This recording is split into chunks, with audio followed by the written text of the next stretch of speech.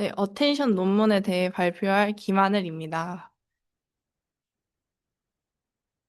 목차는 논문과 같은 흐름으로 진행될 예정입니다. 네, 처음에 이제 어텐션 구조를 먼저 알아보기 전에 기존 번역 방식부터 알아보도록 하겠습니다.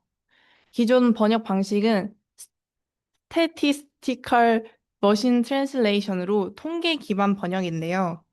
데이터에서 번역 확률을 배우고 가장 그럴듯한 문장을 골라서 번역을 하는 것입니다. 이 통계 기반 번역의 특징은 하드 얼라이먼트라는 1대1 대응하는 특징이 있는데 그게 무엇이냐면 여기 그림 보시면 처음에 입력을 독일어로 받고 번역을 영어로 하는 이미지인데 여기 아웃풋 출력한 영어 단어 하나씩 보면 하나가 위로 올라가면 하나의 입력 하나의 단어에 대응하는 걸 알 수 있습니다. 그러니까 이 아이가 이치랑 대응되듯이 그러니까 1대1 하나씩만 대응하는 특징이 있고 다른 특징은 여러 모듈로 구성된다는 점입니다. 그러니까 한 번에 엔드 투 엔드로 학습이 되는 것이 아니라 트랜슬레이션 모델이랑 랭귀지 모델, 얼라이먼트 모델 이게 다 합쳐져서 구성이 되어 있습니다. 그래서 이런 특징들 때문에 문제점이 발생하는데 첫 번째 문제점은 하드 얼라이먼트 문제점입니다. 그러니까 1대1 대응이다 보니까 그 번역을 할 때 단어 하나만 보기 때문에 뭐 좌우 단어나 다른 문맥을 볼 수 없어서 문맥 반역이 어렵고 여러 모듈로 구성되어 있어서 엔드 투 엔드 학습이 불가하고 각 모듈을 따로 최적화해야 돼서 전체 최적화에 어려움이 있습니다. 그래서 이런 문제들을 해결하기 위해 등장한 것이 뉴럴 머신 트랜슬레이션인데요. 뉴럴 머신 트랜슬레이션은 신경망 기반 번역 방식입니다. 그러니까 얘는 하나의 모델로 번역을 수행하는데 여기 위의 사진처럼 입력 문장을 넣으면 모델이 알아서 한 번에 번역을 쭈루룩 쭉쭉 해줘서 타겟 랭귀지인 아웃풋이 나오게 되는 구조입니다. 그리고 이 뉴럴 머신 트랜슬레이션은 입력 문장 X를 받으면 여러 번역 Y들을 쭈루룩 후보를 생성하게 되는데요. 그 중에서 가장 확률이 높은 문장 Y를 선택하게 됩니다. 이걸 다시 말하면은 조건부 확률 이제 X가 주어졌을 때 Y 확률이 가장 큰 문장이 아웃풋으로 나가게 되는 것입니다. 여기 아래 사진을 보게 되면 스타트 토큰으로 시작해서 그 뒤에 나올 단어들 후보가 더랑 어가 있는데 더가 확률이 0.8이어서 더 높고 그래서 이게 선택이 되고 거기서 또 더 다음 단어인 퀵이랑 스피디가 후보로 나오게 되는데 여기 퀵은 0.78이고 스피디는 0.67로 퀵이 선택돼서 이렇게 쭉쭉쭉 나가게 되는 것입니다.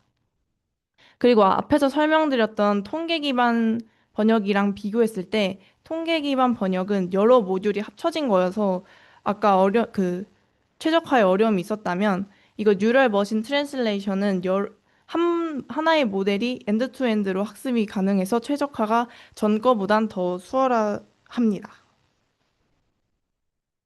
네, 그리고 뉴럴 머신 트랜슬레이션 모델 중에 하나인 시퀀스 투 시퀀스 구조를 보도록 하겠습니다.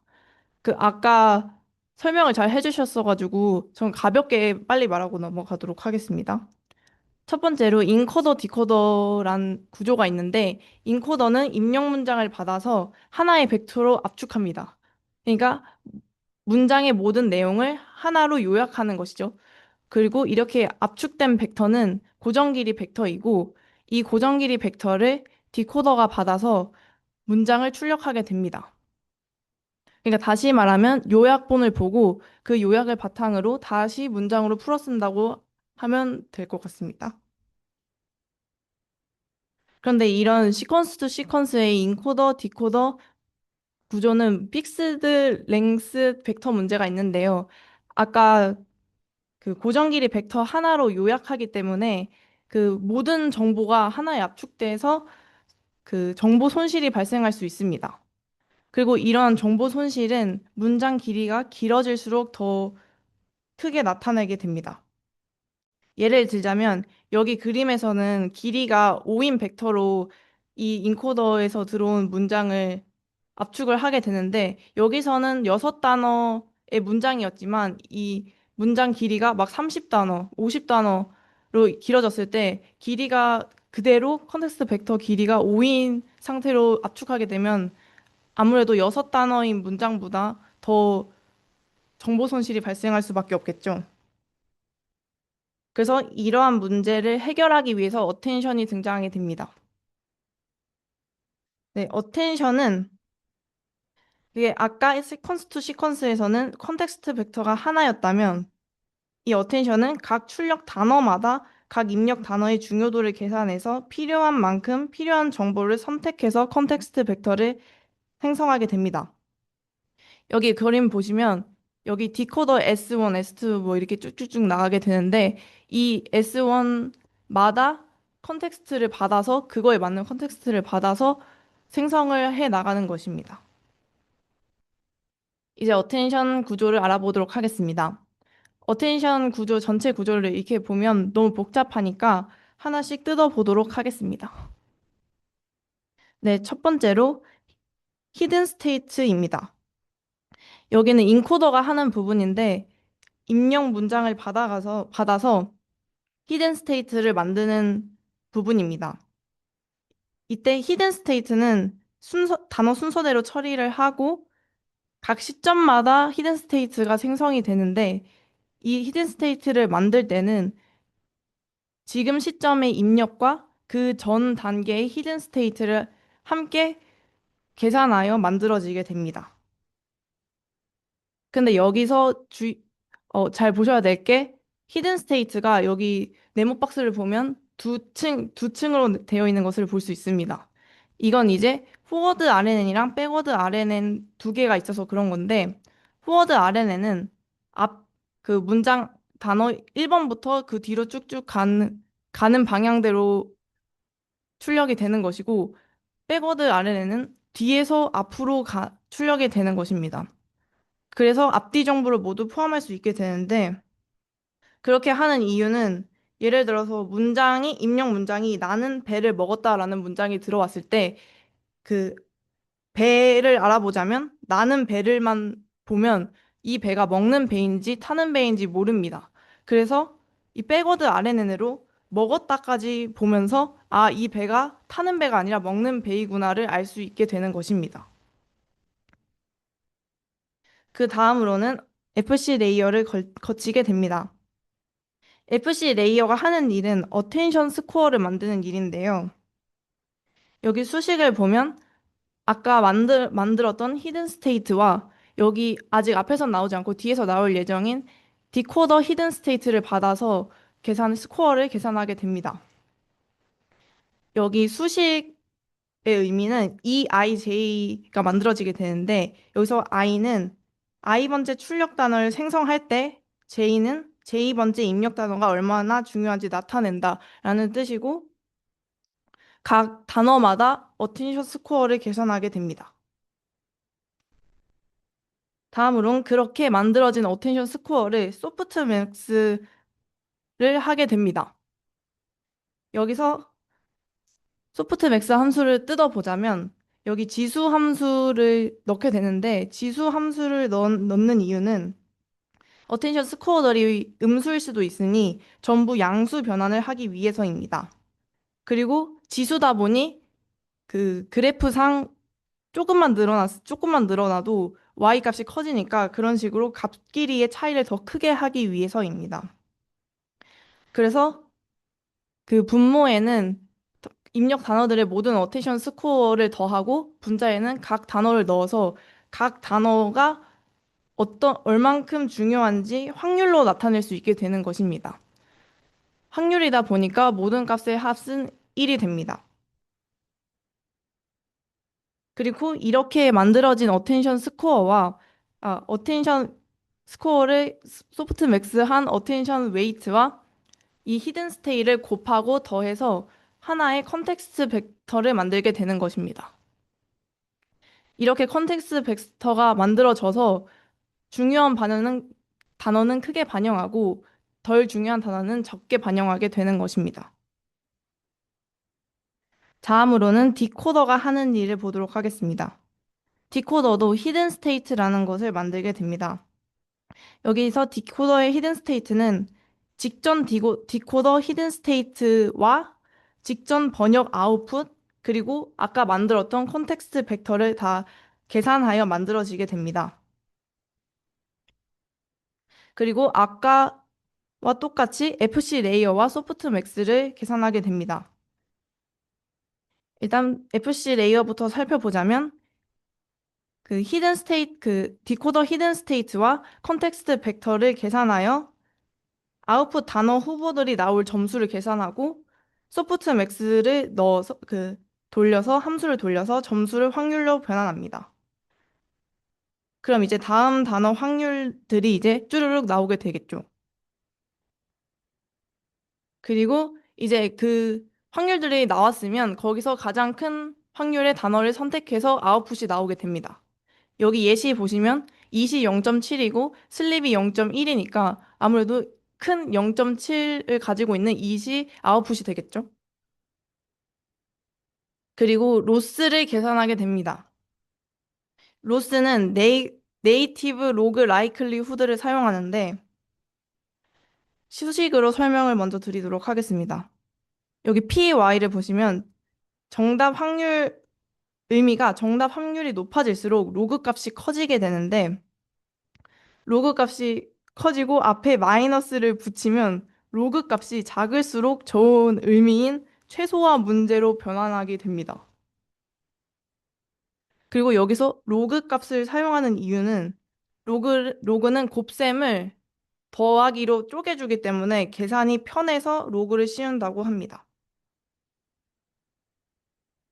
그래서 이렇게 나온 어텐션 메커니즘을 한번 정리하자면 인코더는 입력 문장을 받아서 벡터 표현을 하고 그 입력 문장에 대한 벡터를 각 단어 히든 스테이트로 변환합니다. 그리고 어텐션은 디코더 상태와 입력을 비교해서 중요 단어에 높은 가중치를 부여하는 역할입니다. 그리고 그렇게 가중치가 부여된 걸로 웨이티드 썸을 통해 컨텍스트 벡터가 생성되게 됩니다. 그리고 디코더가 그 컨텍스트 벡터를 받아서 히든 상태에 이용하고 그런 다음에 나올 아웃풋 확률을 계산해서 문장을 순차적으로 생성하게 되는 것입니다. 쉽게 말하자면 인코더는 인풋을 저장하고 어텐션은 인풋 중에 중요한 것을 선택하고 디코더는 그렇게 된 것을 보고 생성하는 것입니다. 그럼 어텐션 메커니즘을 한번 실험해서 성능을 보도록 하겠습니다. 먼저 논문에서는 WMT14라는 잉글리시 프렌치 병렬 코퍼스를 사용했습니다. 이것은 영어와 프랑스어 번역 데이터고 모델은 총 4개를 사용했는데 첫 번째 R는 인코더 디코더입니다. R는 인코더 디코더는 아까 시퀀스 투 시퀀스랑 같은 모델이고 R는 서치는 방금 설명해드린 어텐션 모델입니다. 그리고 R는 서치 뒤에 50이랑 30이 있는 걸 볼 수 있는데 30은 한 문장이 최대 30단어 이하인 문장을 학습한 거고 50은 최대 50단어인 문장을 학습한 것입니다. 그래서 이 그래프를 보면 문장이 길어질수록 다 성능이 떨어지는 걸 볼 수 있는데 최대 50단어 문장을 학습한 이 어텐션 모델은 성능이 떨어지지 않는 것을 볼 수 있습니다. 그리고 결과를 수치적으로 보도록 하겠습니다. 네. 네, 여기서 보면 빨간색 부분으로 해놓은 게 어텐션 모델인데 어텐션 모델이 그냥 시퀀스 투 시퀀스인 인코더 디코더 모델보다 값이 큰 것을 알 수 있습니다. 그리고 여기서 중요한 결과는 모스라고 통계 기반 번역 시스템인데 이게 기존 번역 모델입니다. 근데 노UNK를 했을 때 성능이 오히려 그 기존 번역 모델보다 어텐션 모델이 더 큰, 더 좋은 것을 알 수 있습니다. 여기서 UNK란 보케벌러리는 상위 3만 개 단어인데 그 3만 개 단어 안에 들어가지 않은 것은 언노운 토큰으로 UNK 처리를 하게 됩니다. 예를 들어서 I love 말차라 했을 때 I love는 그 3만 개 단어에 있으면 그대로 두고 말차라는 단어가 그 3만 개 단어 안에 없으면 그 말차라는 단어를 UNK로 바꿔서 I love UNK로 학습을 시키게 되는 것입니다. 그리고 no UNK는 그런 UNK가 들어간 문장을 학습시키지 않은 것입니다. 그리고 어텐션이 정말로 제대로 됐는지 한번 확인해 보도록 하겠습니다. 여기 그림에서 X축은 영어이고 Y축이 그 아웃풋 다른 프랑스어인데 여기 보시면 각 아웃풋 단어마다 다른 단어를 가장 중요하게 생각하는 걸 볼 수 있습니다. 그러니까 밝을수록 중요도가 큰데 각 단어마다 중요도가 큰 단어들이 다른 것을 알 수 있습니다. 그리고 중요한 단어가 하나만 있는 것이 아니라 여러 개 있는 것으로 보아 어텐션이 제대로 됐다는 것을 알 수 있습니다. 이제 결론 보도록 하겠습니다. 아까 말했듯이 시퀀스 투 시퀀스는 입력을 하나의 벡터로 압축해서 긴 문장에서 정보 손실이 발생하게 됩니다. 그래서 어텐션을 이용해서 각 출력 단어마다 콘텍스트 벡터를 사용해 필요한 정보만 선택하여 이를 해결하였고, 결과적으로 기존 모델보다 모든 문장 길이에서 성능이 향상된 걸 알 수 있었습니다. 그리고 통계 기반 모델인 모스 수준에 도달했다는 것이 가장 큰 의의입니다. 그리고 한계가 있는데, 한계는 아까 UNK가 없는 모델을 학습시켰을 때는 성능이 굉장히 좋은데, UNK가 들어간 결국 O를 보면은 급격하게 성능이 떨어지는 것을 볼 수 있습니다. 그래서 이런 언노운 토큰인 이 UNK를 어떻게 처리할지 고민해 보는 게 이제 남은 과제입니다. 감사합니다.